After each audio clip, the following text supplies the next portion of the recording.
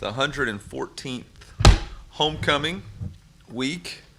The Call of the Commons, the Call of the Columns is the theme for this year. And this is the first game ball from the first homecoming, Chester Brewer versus Kansas, 1911. Score was 3-3. As you can tell, there's actually a gold game ball inside of here. So pretty remarkable piece of Mizzou history and artifact. And I thought it was really cool, so I wanted to share that with everybody today. Obviously, homecoming is very special to the University of Missouri. It was a tradition that was started here, and it's something that we carry on and take very great amount of pride in. And so look forward to seeing all the fans and all the alumni come back for the 114th homecoming, the Call of the Columns. Gutsy win by our team on Saturday. Really proud of our team's ability to really stuff the run and run the football, which ultimately was the difference in the game and the ability to control the clock in the fourth quarter. You know, we finally were able to go on a little bit of a run right there. Offense scoring the touchdown, getting the two-point conversion, defense going out and getting several stops in the fourth quarter, not surrendering the lead, and then special teams, Robbie Meyer finishing that off with a kick. So really proud of the overall effort from our team. A lot of things to correct. And really the challenge for us is really to move on to the Commonwealth of Massachusetts and play the University of UMass. Obviously a new staff, new team forming. I think Coach Harris-Semiak's culture is really starting to take shape. You can tell they're improving in each game, and obviously the bye week came at a great time for them. They play multiple quarterbacks, but I think information came out today they're going to start the freshman who appears to be the better player on tape, throws the ball with great accuracy and velocity, and adds a lot to their offense. They have a dynamic slot wide receiver I think's a tremendous player, and they do a really good job on the offensive side of the ball. Coach Bajakian has coached and been a coordinator for a long time at a lot of different places in this league, in the NFL, and has done a tremendous job at each one of those stops. He knows how to get first downs and score points. Defensively, a few transfers, a few returners. They are a four-down front team with multiple fronts and pressures, multiple coverages. They do a really good job of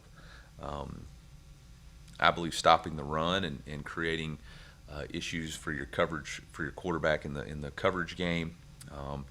And then in special teams, they're a very aggressive special teams. They attempt to block a good number of punts. They do a really good job on their kickoff cover. They got solid return units. Their punter is a transfer from Texas A&M, does a lot of really good stuff rugby-wise, averages, I think, about 49 yards a punt. So it's a quality opponent and a good football team, and one that we have to be prepared for. I think for us, the biggest challenge for team, staff, fans, community, the University of Missouri is not to have relief syndrome, right? To think that because we won an SEC game, we're going to step out of conference, that you would decline in intensity or loss of focus or complacency. And that really for us is the challenge. Instead, we need to work to improve our process. You know, you see when guys lose, they tweet out back to the lab. We need to be back to the lab after a win. We need to be back to the process after we perform. We need to avoid any type of entitlement. We need to make sure that as a team, dress codes are where we're supposed to be. We're in class on time, at study hall, parking in the right spots, avoiding any type of let up, and be intense about our work.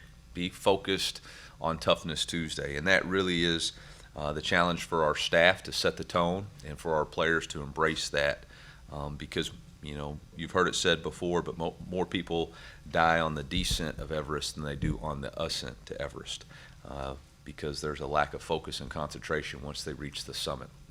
By no means are we at the summit. We're just a few short steps into the climb right now. So that's my thoughts on the game. Last thing, just on a personal level, I want to say that I'm deeply saddened by the loss of Shawn Clark, coach at UCF and a friend of mine. really have a heavy heart for Janelle, Gianna, and Braxton, his wife and kids. Really, I know Shawn. I know his players loved him. I know UCF is going through it right now. I know how good of a coach he was. When I first got to App State, we don't have that type of season without Shawn Clark really being the glue that held us together, bridging our culture with the championship culture that they had already established, and really being able to bridge that together. We were great friends. I'll miss the walks that we had and the phone calls we had. I'll never sit around another fireside Bible study that we do on Wednesday night and not think about Shawn and a double cheese from Wendy's. That's what we had every Wednesday night, and I still have one every Wednesday night thinking about him. So praying for his family, and the world lost a really good person and a great football coach. So with that, I'll open it up for questions you have about UMass. Start down front here with Eli. Coach, sorry to follow that with a football question. Yeah, it is what it is. When looking back over the tape from the South Carolina game, just what did you diagnose with some of those pass explosives allowed? Yeah, there was a couple of things. I actually think I said it maybe at halftime in our comments. The main thing is bad eyes in our zone coverage.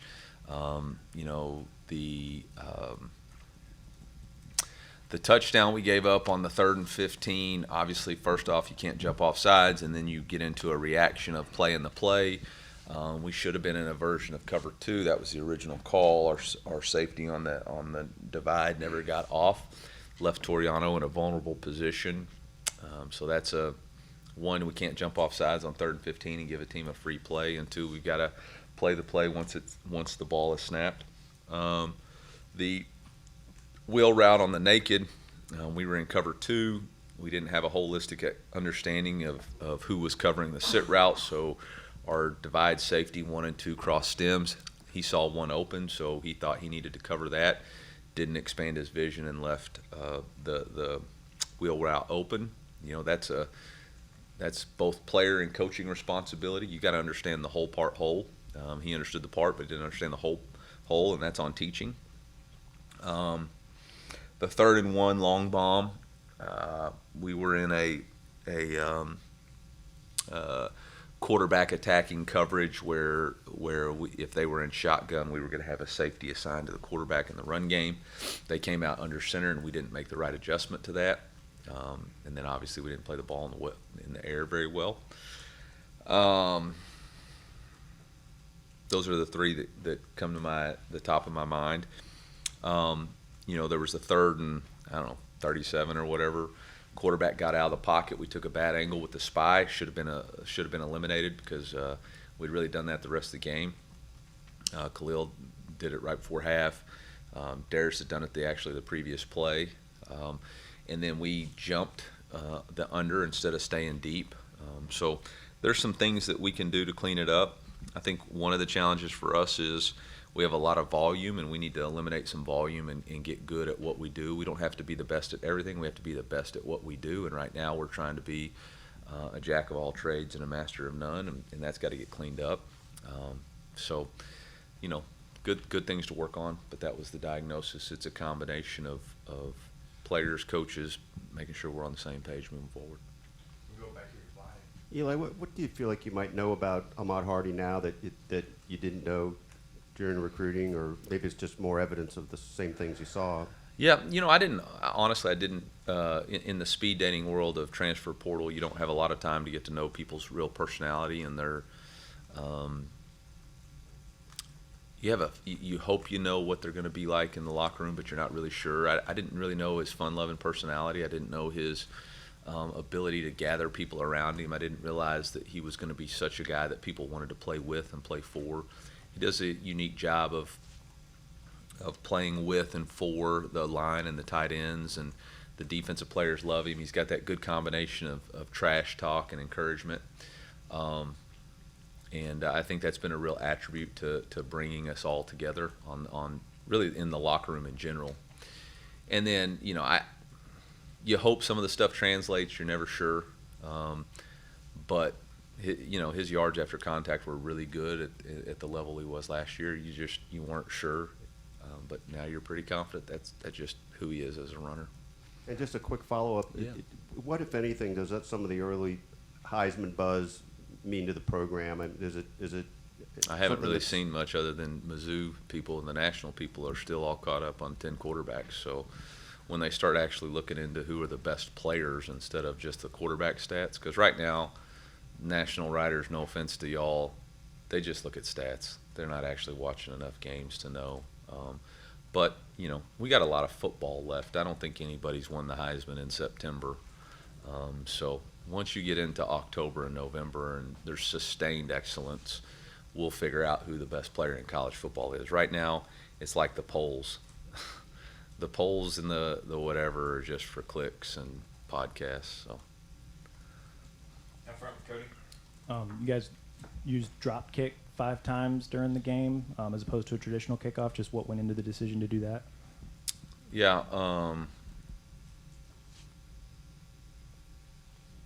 well, first off, we can actually drop kick, and the rule states that you can either drop kick or kick off of a tee, not actually punt. So we got that figured out. But we're still trying to figure out our kickoff situation, and obviously Oliver did a nice job. The first kickoff of the game, we kicked it. We knew in certain directions there was a little bit of wind, and Oliver might be able to get it into the end zone. But that first return, they ran a field return and really got out. It was a great play by Nick Rodriguez. So after that, with Connor's ability to drop kick, we could actually line up and dictate a kick away from their return. And so we knew where their return was going, and then he was able to kick it opposite, which allowed us to have a better coverage scheme. We knew that we weren't going to give up a big return at that point. We might give up some leak yardage. But with him returning it from the minus, he was a yard deep, or he was 9 yards deep in the end zone versus Vanderbilt. We just knew that unless we were with the win and felt confident about Oliver's leg, we were giving ourselves a real risky chance on a big-time return. So we felt like the best way to negate that was to drop kick and kick it opposite, and they wouldn't be able to, no matter what they did, we were going to be able to kick it. If they would have put Nick on the left, we would have been able to drop kick it to the right and so on. So it was just kind of a schematic advantage that we felt like we had, and I'd never seen anybody do it before, so there's kind of that to it too. Down front, Coach. Coach, obviously we talk a lot about Ahmad and Jamal, but what Bo's been able to do with his legs this season as well, to have kind of 3 guys you have to worry about on the ground. What has that done for your offense this season? The thing for our quarterback position, we've always said it, we want to get 2 first downs a game off schedule that the quarterback can create with his feet. And that's kind of a criteria we have for the quarterback position, and I thought Bo really did a nice job of that. There were several plays that, the design of the play for whatnot, it just wasn't going to work out. He was able to have the instincts to tuck it and run, and did a really nice job. Then obviously the boot, the quarterback keeper on the outside zone in the fourth was a big hit. So it just adds another dimension. We're trying to be smart about when we ask him to use his legs, but he does a really nice job, and don't like the hit he took in the third quarter, but he's done a nice job so far. Callum and then Gabe. Just a quick follow-up on the drop kicks because of how infrequent you see it. Is Yeah. that something Connor came here with? Yeah, is that was something he said he started learning in high school. And so what happened was South Carolina showed last year versus Illinois a look, and they drop kicked it and kind of caught Illinois by surprise. And we showed that to the team so that we could be prepared if they tried that. And Connor was like, I can do that. And he showed us on Wednesday that he could do it. And then we practiced it in a walkthrough on Thursday. And then on Friday, he did it really well. And so we just kind of had it in our back pocket. And then after the first return, I didn't feel like the way we fit it was going to be great. And just knew that if we gave that guy too many chances, I didn't know how many times we were going to be able to just feel great that we were going to knock it down. So, let's take a bullet out of their gun, so to speak. Go to Gabe. Eli, it looked like in the second half, maybe Dre and Jalen weren't out there quite as much. Are they healthy? Was that personnel changes in the second half, or is that accurate? Dre Norwood and Jalen Catalon? Yeah. Dre had a little bit of a soft tissue thing pop up for him that we'll be monitoring this week. Doesn't appear to be long term, but that's what happened with him. And yeah, Catalan, I think I didn't really notice that he didn't play that much. I thought he played normal, and I know he was in on the Prowler and the Cheetah stuff. So I don't, we have a lot of really good safeties. I guess I do need to make a roster announcement. Caleb Flagg is elected to no longer be a part of our program and choose to redshirt the rest of the year, so we wish him the best. With that being said, we do have a lot of safeties in the back end, and so, we get guys, as many reps as we can to develop the program. So, wish Caleb all the best moving forward. Go right here in the middle. Eli, on the kicking situation, I know you had said a few weeks ago you have the confidence in Robbie from about 52. So on the ESPN, I didn't say confidence. I said he could kick it from 50. Confidence and can are two different things. But go ahead. So on the ESPN broadcast, they had said that you told them. I did. On kicks from 38 and longer, that'd be Oliver. Is that accurate, and why? Yeah. So during the week of practice, Robbie was struggling from outside of the 20, and Oliver was doing really good. And we do a kicking segment every Tuesday with our group in front of everybody to try to simulate pressure. And let's just say Rob didn't have a great week in that simulated pressure, and Oliver did. So going into the game, the plan was, and they knew the plan, that anything inside the 20 was going to be Robbie, and anything outside the 20 was going to be Oliver. And then we got to the last kick, and we just felt like the first kick of a young man's career cannot be basically for the game-sealing kick. And so I don't even know if Robbie knew it was the fourth quarter, so we just ran him out there, and he kicked it. So I'm still not sure he knew what he was doing, but went in, so that was good. Eli, Damon Wilson is a guy who leads your team in pressures, sacks, and hurries through 4 games. I'm kind of curious, what has made him so effective from your point of view through these first 4 weeks? That's why we brought him here. We knew he was an elite pass rusher. That's why it was such an important part of our off-season process. We felt like in the portal defensively we needed to add the ability to pressure the quarterback. And then we felt like we needed to add a difference maker stopping the run. And that's what we did with Trot. And those two guys are a really good combination. Dame's just got he's got a really quick first step. He's got multiple moves and quickness. And he's got a lot of energy. And I think the other thing that really helps him is that there's quality players around him. I mean, Zion ended up with 4 pressures and a sack. Opposite him, Chris McClellan ends up with a sack. So, they were trying to chip 8. You could see that they were identifying him and trying to get the chip to him, which allowed other people to become viable pass rushers. But then there was multiple times that he would beat those, the chip and the tackle. So. Back to Vi.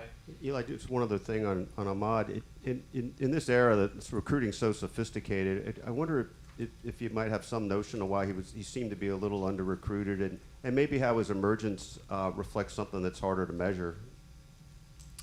Yeah, I'll be honest. I don't think recruiting's sophisticated. I think it's become copycat. I think, and no offense to the guys in here that have recruiting websites, but it's a lot of everybody tries to be really quick on diagnosing players and tries to be the first to tell you that a freshman and a sophomore are 4 stars and 5 stars, and they discount the growth process. And I think the biggest thing is they discount the senior year. That's not what we're doing moving forward. I mean, we are adamant about seeing progression in their senior year because of the amount of investment that you're having to make into freshman players as recruits. And I think he's probably a really good example of that. A small school in Mississippi that, obviously the recruiting guys didn't get out and see. So thank God ULM saw him. Thank God he chose us. We'll go over to the recruiting guy. I'm not the recruiting guy anymore. It's been a while. Hey, Eli, the kind of big picture, curious if you have any opinion, thoughts on your annual opponents that I guess aren't official but have been announced, Arkansas, A&M, and Oklahoma. I'm just trying to beat UMass.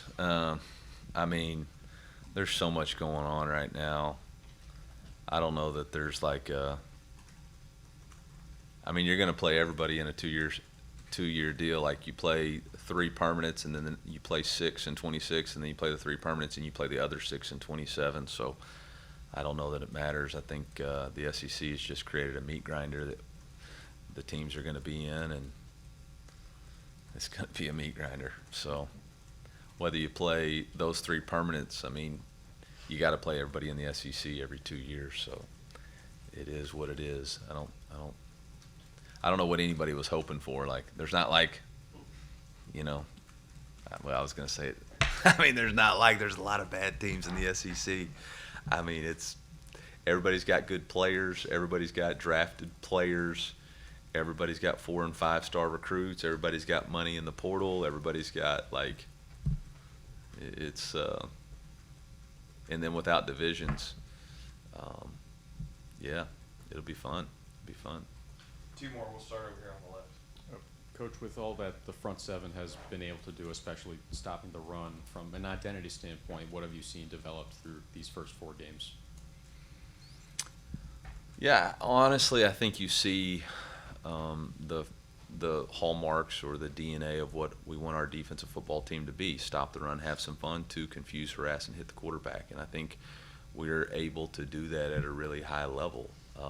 We've been able to stuff the run without having to add a lot of pressures or anything like that. We have a little bit of line movement, but for the most part, we're just able to control our gaps and escape, and then play downhill with our linebackers.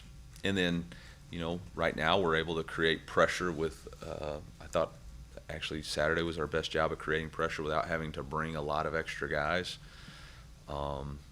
And then, you know, with him as the quarterback, we had enough speed to spy and create an issue for him to get out of the pocket and then be able to bring him down. So, I mean, that's what we want to be on defense. We want to be a team that stops the run. You know, anytime you can stop the run, you're really never out of a game. And that's, you know, even you look at our 2 Power 5 games where we've been behind or it hasn't looked where we want it to be, we've always been able to say, well, we're going to, in the 4th, we will be able to run the ball, and they will not. And if you cannot run the ball, you cannot get the clock. You can't run the clock out. You're going to have to give us more chances. And ultimately that, for us, if you look at the formula for us winning 1-possession games or whatever, it's our ability to stop the run and run the ball that gives us a chance in all those opportunities. Finish right here. Coach, kind of circling back to Ahmad, early on in the season he said that everything still felt fast for him, even though he's having these dominant performances. We've had a few check-ins at these press conferences, and again, he still says it feels fast. Even though he's playing really well, how have you seen him kind of evolve, and does it look like the game is changing for him, or what do you guys see? I see a young man who's still hungry to grow and develop, who understands that each game's a new opportunity to be better. I was really proud of him. He had a really good red zone blitz pickup on a corner that, to be quite honest, in fall camp he would have totally missed. But he's getting better. You know, I think that's when he says the game is fast. I don't think it's fast for him with the ball in his hands. I think it's fast for him with all the other stuff outside of the ball being in his hands. You know, I think Coach Moore does an excellent job of utilizing the backs in the pass game, and so that requires a thought process and knowing where to line up, what the route is. You know, we were chipping every single time we were out last week to the defensive end, so that's fast. They have multiple blitz pickups. Obviously, it's totally different to go from backers to corners in BPU. So I think all of those different things contribute to the game being fast. It will continually slow down, but I think he's hungry to try to master the game because there's a lot more to playing running back than breaking tackles, although that's a big part of it and a fun part of it. You know, being able to do the other things like protect the quarterback, be available in the pass game. And it's not like Kirby just lines him up in the backfield at one spot all the time. I mean, our running backs line up at wideout, they line up at tight end, they jump, they move. There's a lot of variation to what we're asking them to do, and so that takes a little time to get comfortable doing. And obviously, he's done a really good job doing that. All right. Thank you, Coach. Yeah, thank you all. Thank you. Pretty cool, huh? Yeah. All right.